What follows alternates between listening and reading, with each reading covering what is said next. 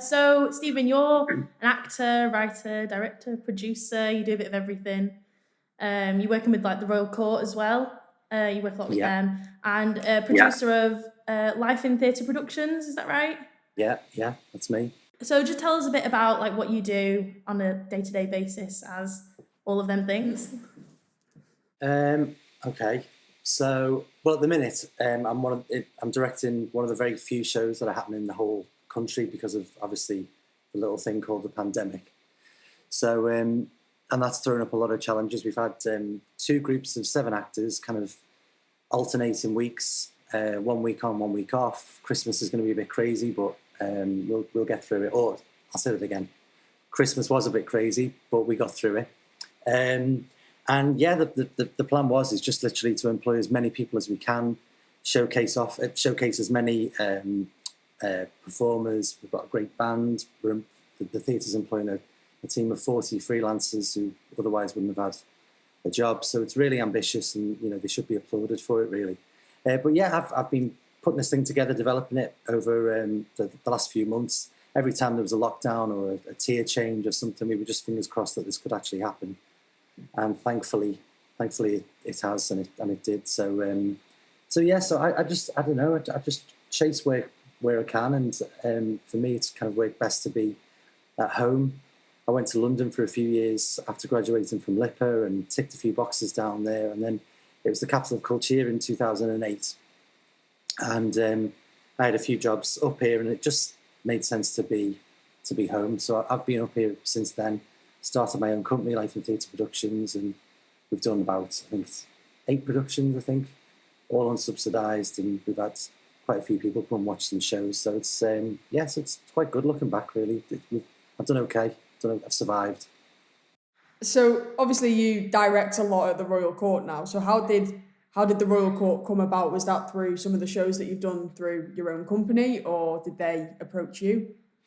Well, the first time I'd worked at the Royal Court was in 2008, and it was part of the city's Capital of Culture celebrations and commissions, and they'd done a remix of Stags and Hens by Willie Russell, and I'd worked with Willie Russell a number of years before in one of his Christmas shows called Breezeblock Park at the Playhouse. That was my first job, so I'd always kept in contact, and I was lucky enough actually for my dissertation. I interviewed him, Alan Bleasdale, Jimmy McGovern, all about Liverpool on screen and in drama. So I was really lucky to have kind of got hold of them then. But we stayed in touch, did this show Stags and Hens, and that was one of the very first kind of shows that the Royal Court had ever done in terms of plays, established plays. And since then, I did Christmas show after Christmas show, just in them. But it's very collaborative the way they work there. And then after a little bit of a gap, came back a couple of years ago again to be in a Christmas show. And I think I've banged on the door enough times that finally it's fallen in, and they've given me a go as directing it. So just perseverance really, and hopefully they can see I can do a good job. You were saying that the Royal Court is collaborative. So in a lot of the shows that you direct, do you use a lot of the same actors and a lot of the same tech team, or does it vary from each show? For the Royal Court, it is kind of like a rep company in all but name, really. They do tend to use a lot of the same faces. It's a trusted formula. The audience like to see the same people coming back. It's a bit like the Carry On family in a way, that kind of, there's the baddie, there's the goodie, there's the whatever. I do think we're moving into a time where we will mix it up a little bit, and I think that's healthy.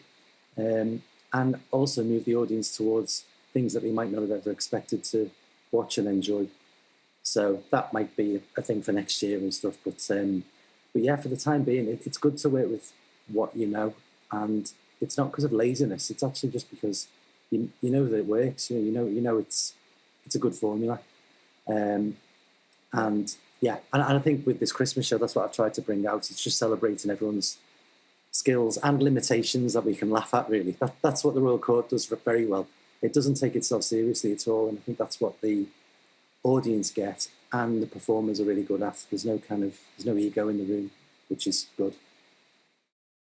So just before the pandemic, you opened Eat Price Head, which you were working alongside when you were working with us. So anyone that doesn't know, Stephen was our director for Legally Blonde, and never quite. That was a great show. That was a great. I'm sorry. That was going to be a great show. Yeah. So you never quite managed to get your hands on it because, of course, COVID came along. So how different was the rehearsal process of Pete Price is Dead compared to what you're doing now for the Christmas show? Obviously, because COVID's changed everything. Well, yeah. And it was funny because I am slightly obsessed with the news and politics and stuff like that. And because Pete Price is Dead was quite challenging process insofar as there was a version of a play. Then it went through a few changes, and then we ended up with what we ended up with. I'd taken my eye off the ball, so the news kind of just fell by the wayside. And then I was getting little updates off my mum and dad, who sounded a little bit croaky on the phone, and they're not coming to the opening night. And I thought, this is out of the ordinary, this. And then literally I got a message from a friend of mine who was working in a show in the West End saying, oh, we're closing next week. And then we were called into a meeting, and they said, yeah, tonight's our last show. So that was like 3 shows in of a whole month's run, gone, just shut down. So this time, it's just, we're all hyper aware. There's like hand sanitizers everywhere. We're masks 2 meters apart. We've made a few gags of a 2 meters apart thing. We've got a whole song to educate people about hands, face, and 2 meter space. So we've got a bit of audience participation in that one. But of course, we've been very sensitive because, you know, a lot of people have been affected by this in lots of ways, and it would be wrong to take the mickey out of it, but also ignore what we've been through, I think. So I was adamant that we'd refer to what we've all kind of been through, and there's a nice section at the opening of the show, kind of a bit of a précis of the whole year so far, just for like a little bit of a, well, hopefully you'll get to see, but a whole montage of the news kind of in one minute. Bang, this is what we've been through. And since then, all of the actors in the show, by the way, have had to get, quote, proper jobs, viable jobs, jobs. But yeah, proper jobs, backup jobs. So we've all got jobs in Uber Eats and Domino's and cleaners and all very, very important jobs, by the way. But we kind of shine a light on what the world or what our theatre or what Liverpool might be like without the Royal Court or without theatre, and the importance of that, I suppose, and what the audience get from it.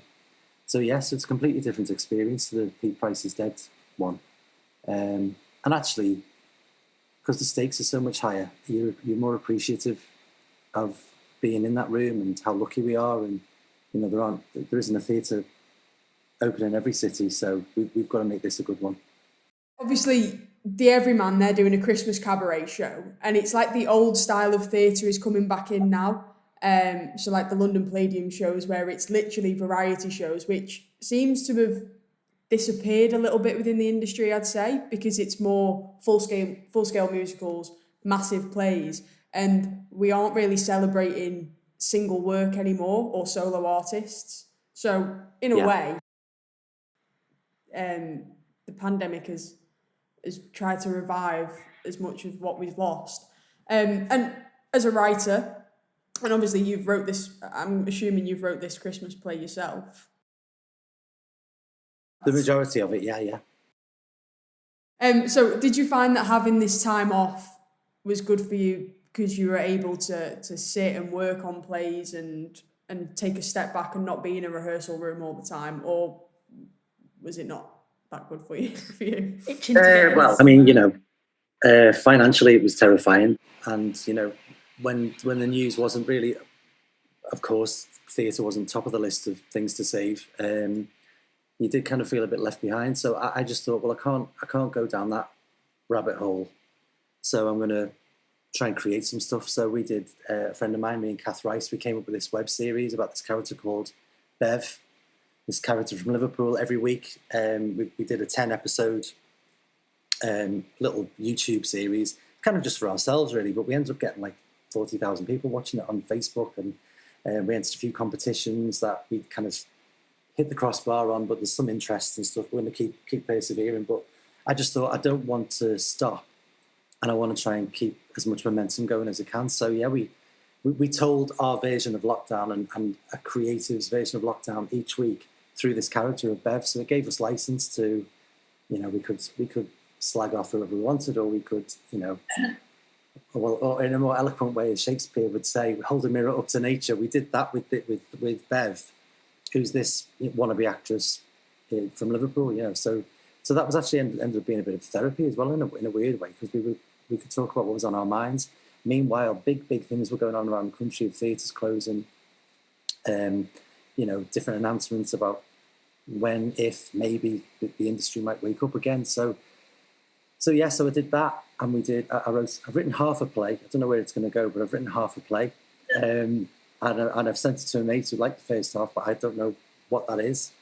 And again, your point about variety, I don't think it's all been bad with what's happened with the pandemic for theatre, because I think people will have to reassess kind of the process from youth theatre, drama school, into what is this industry that we've got now. I hope it leads to more regional theatres waking up eventually, and rather than people feeling like they've got to rush to London, as great as London is, and being there, done it, whatever, I just think we've got a bit of a duty to tell local stories, and I don't mean in a what's it called, local shops for local people. What's that?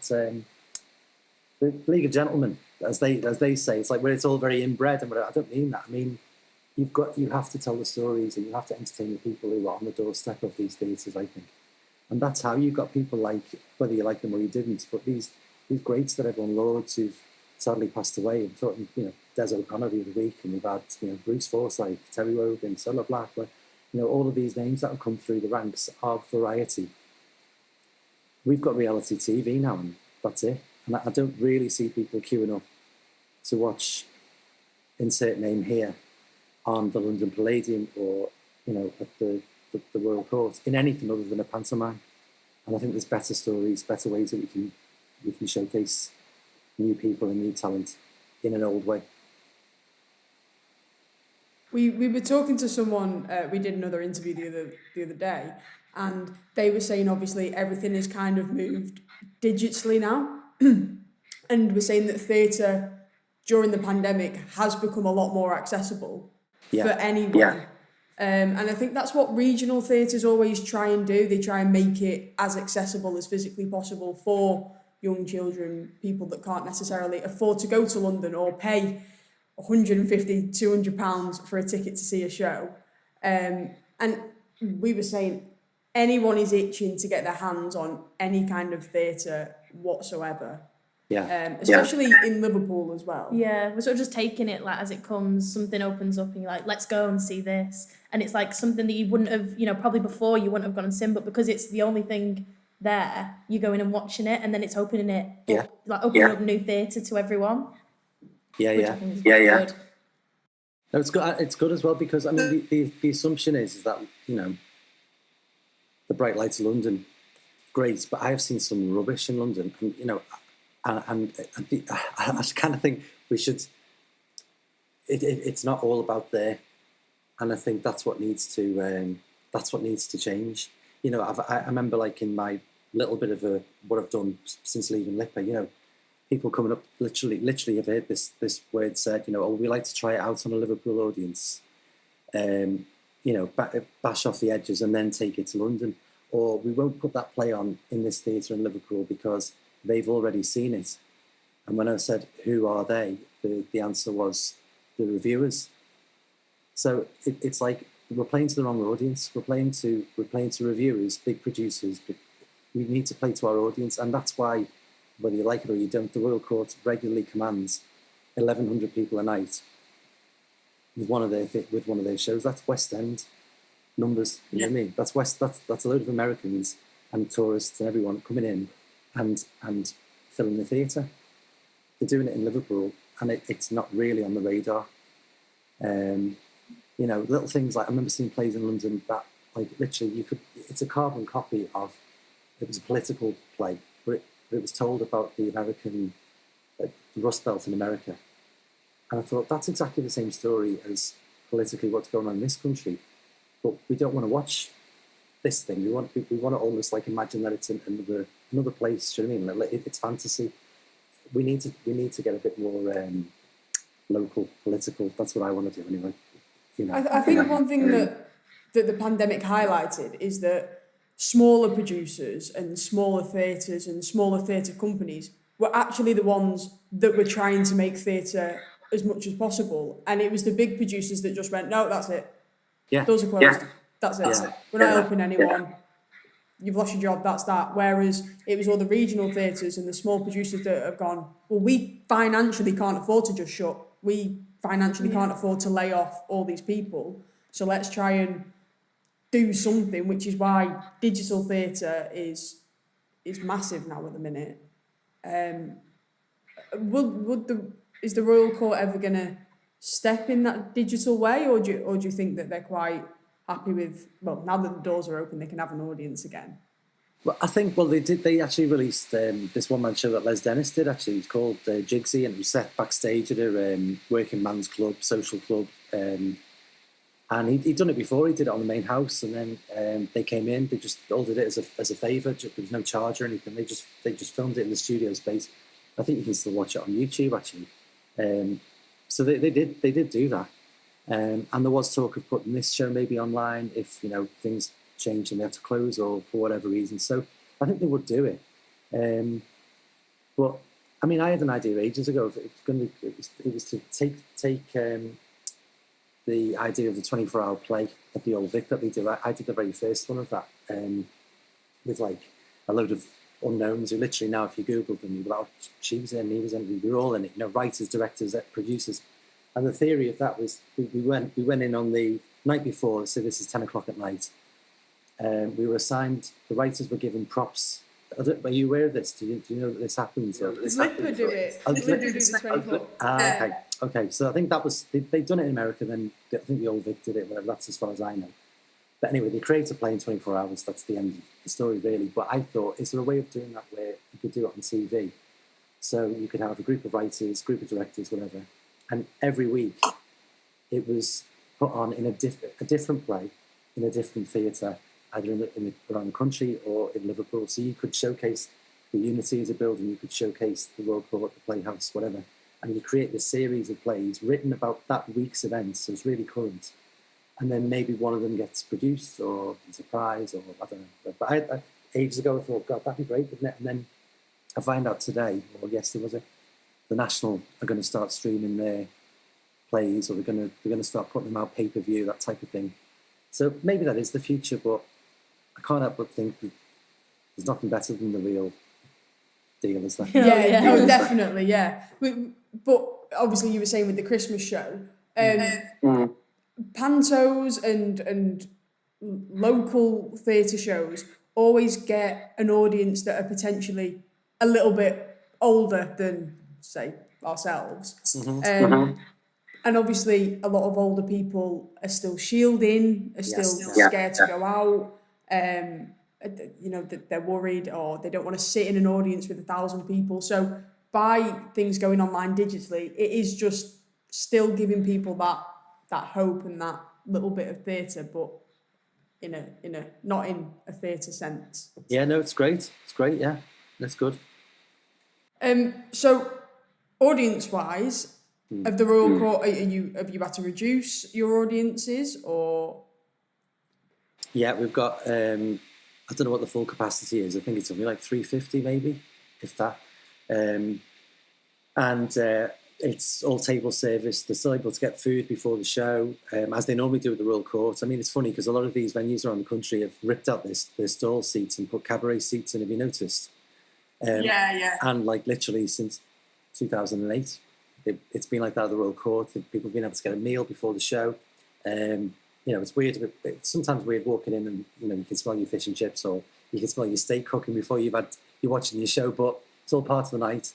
And then the circle and balcony, obviously, that's where it's usual rows of seats. But yes, 350 capacity. So it's a different atmosphere, but it's still the Royal Court. It still feels like the same place. So yeah, because the Royal Court's capacity 1,100, I think, nearly 1,100. Yeah. So that's what I mean. Quite dramatic. You're only getting a third of your audience in. Yeah. And obviously, we will release this after the show, so hopefully the show went really well and everyone loves it.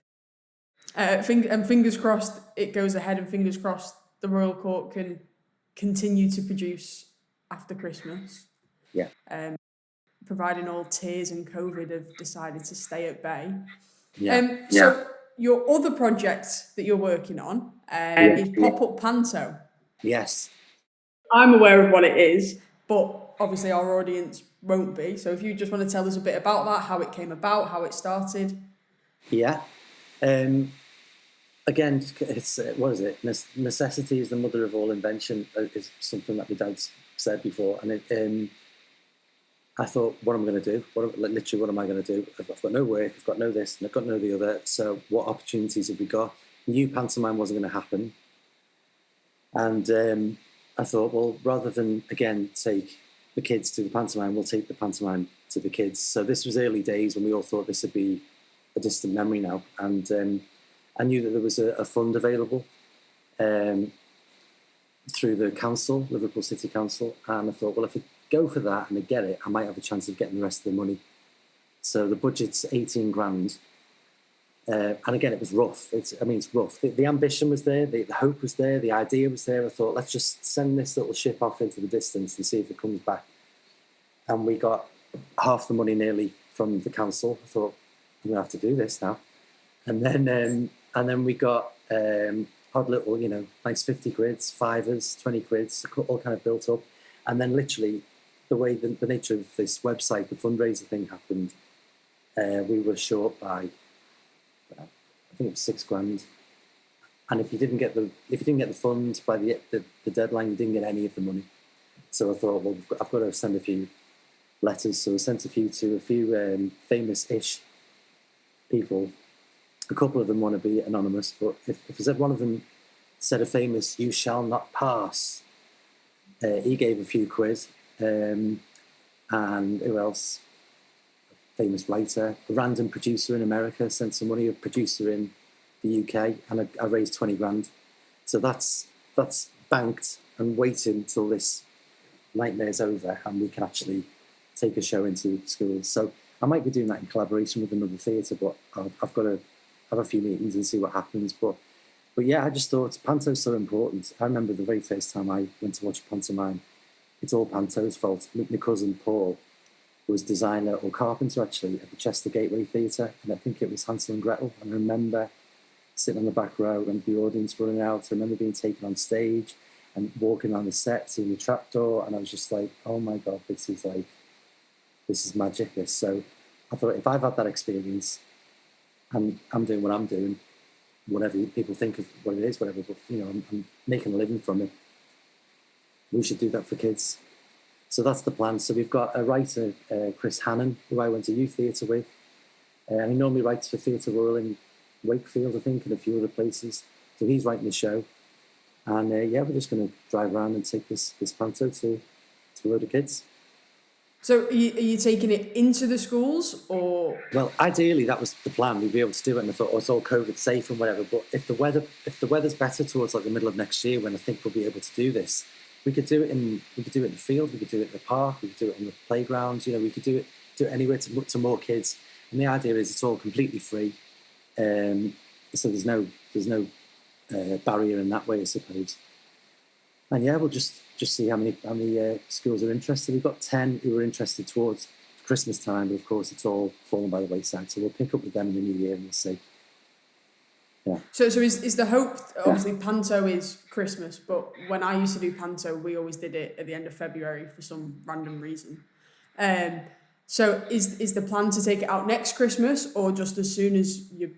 As soon as we can. I'm still thinking, although obviously some pantos are available for people to buy, very few kids will have seen a panto this Christmas. So I'm just thinking, if it's the next one that they see before next Christmas's season, that'll do me. I've ticked the box. So I don't know, springtime maybe. Yeah. And how so obviously going back to what you were saying before, for you, COVID was obviously financially, obviously you get paid based on the shows that you do. And obviously there was no shows. So how do you think COVID is going to change the industry for the better, or do you think it's going to change the industry for the worse from your point of view? Well, I don't know. It's kind of consolidated really in my head that I've been doing the right thing regarding being happy to be based at home and doing the work that I'm doing. So whereas for a long time, you know, even mates would be saying, you need to get to London again, get to London. And I'm like, yeah. But I'm doing all right. You know, I'm okay. You know, and it's about as much up here for me as it is anything else, you know, and I wasn't particularly happy being down there when I wasn't doing what I wanted to do, which is probably like a lot of people. But I think more broadly, I think a lot of people will have had a reality check because of this. I think there's a lot of people who say that they're actors and do panto once a year and they've not been able to. And so that thing that sustains them for 4 months, 5 months, big chunk of the year goes, reality sets in, and I think some people are taking a look at themselves thinking wages are getting cut in the West End.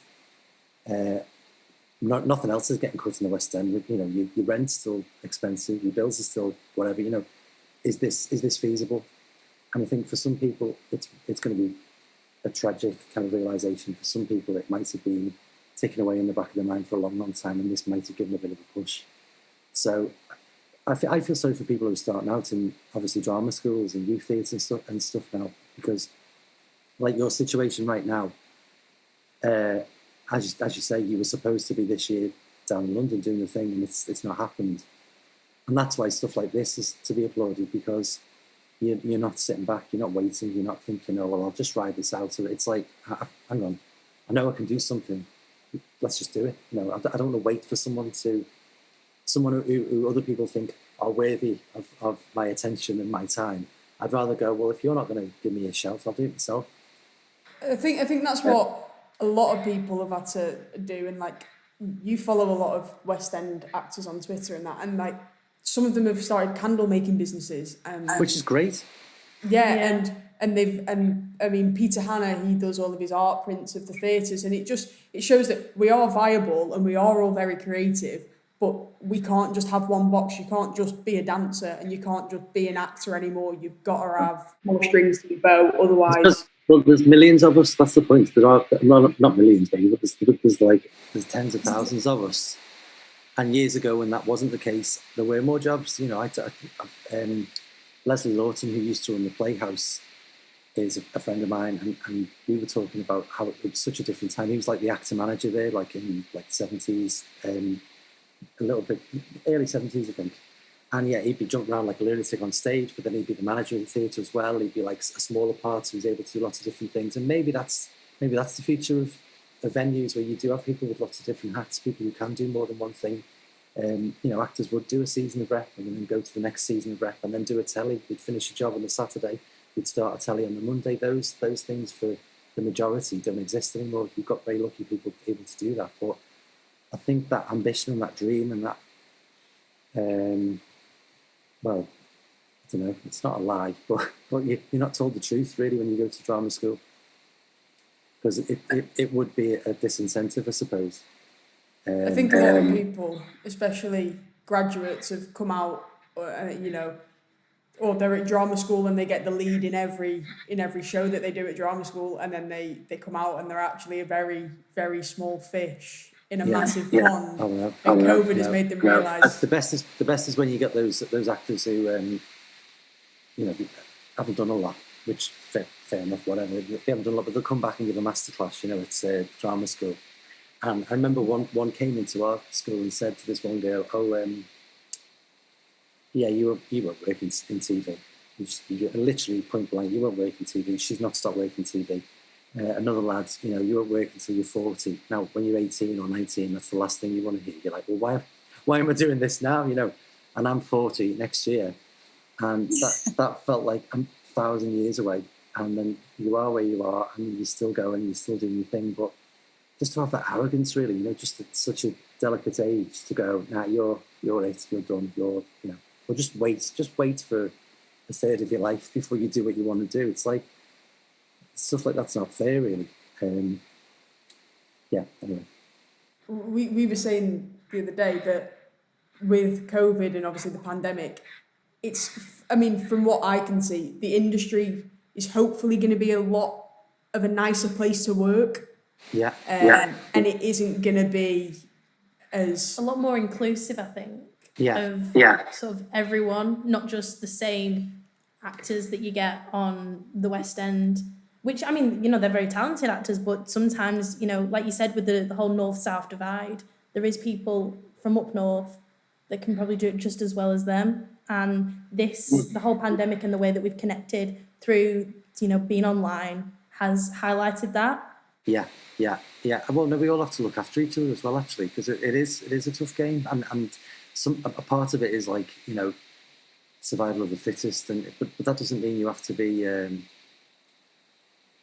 any more harsh than you would be in any other industry. You know, I think that, you know, people are being bullied. I've been bullied, you know, on jobs, and you're thinking, have you got where you are? You know what I mean? I hope that sting has been taken out of the game, and also, like, the little thing that changed, although it was massive. I remember one of the reasons. I went for like millions of advert auditions when I lived in London, and I got one of them. I got like a beer advert, so I obviously can't do the advert thing. Other mates of mine have done, like, you know, millions of adverts and made good money and stuff, but it just wasn't for me. But it was the waiting, and then sometimes you'd see the advert that you'd auditioned for on TV before you found out that you didn't get it. Now, obviously, that then was just the nature of the industry. Whereas now, after, like, I had a chat with someone from Equity, a chat from someone from Spotlight about it all, and I said it would just be good to find out it was a no.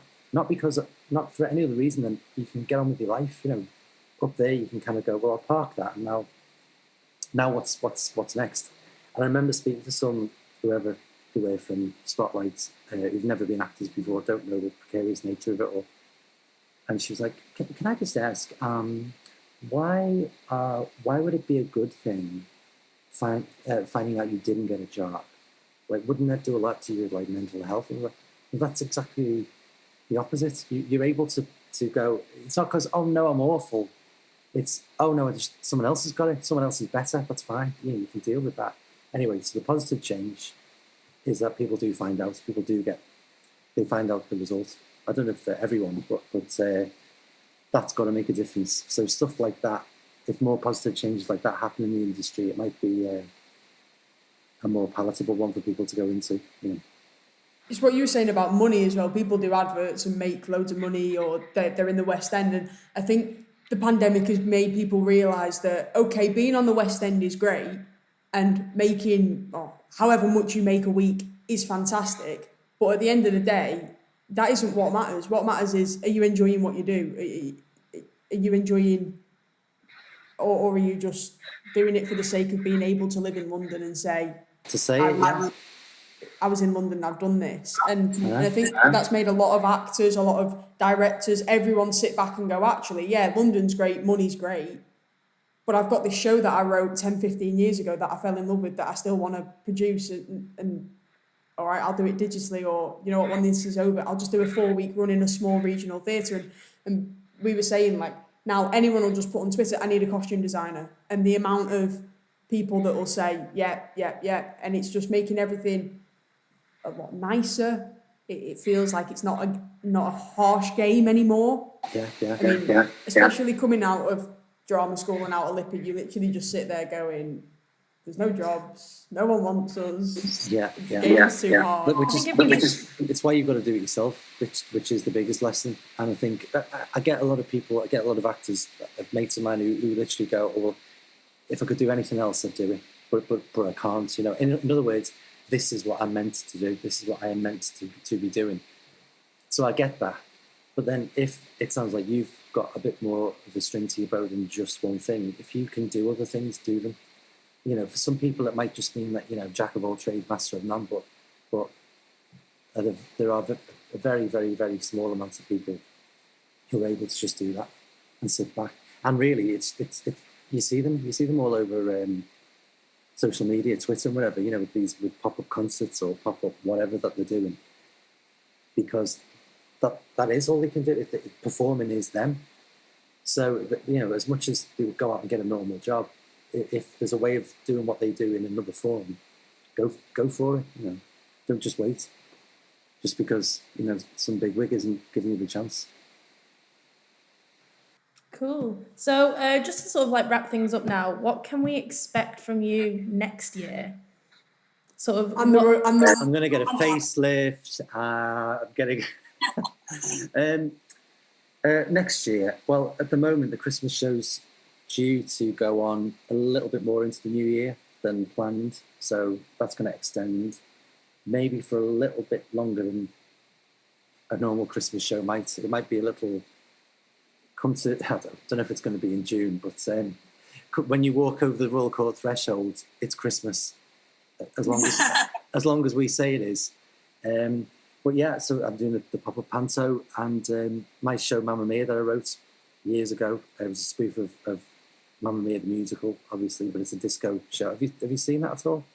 I remember talking to you about it. Did you do it at the? Was it at the Barcelona bar? Yeah, so we did. Normally we were employed at the Royal Court Theatre, and they didn't employ us that particular year. So I got a gang of us together, poster online. It was happening. We did it. 11,000 people came to watch us, and then the Royal Court said, "Come along, we'll do a co-production." And we've done it twice there since, and we're going on again next year with it. So, so we're going to do that, and then Pete Price is Dead is coming back. So that's actually going to happen, short of another pandemic, and then Christmas show next year. So it's kind of nicely boxed off, touch wood at the moment, saving another pandemic, yeah. So you're a busy man next year then? Well, yeah, hopefully, yeah. Just, I mean, it's weird because although we've had the pandemic this year, I don't feel like I've stopped because I've tried to just keep going. I feel a bit knackered, to be honest, but it's just building on that, keep the momentum going and see what happens. I'll have a lie down the year after. Yeah. Well, that's everything from us. Yeah.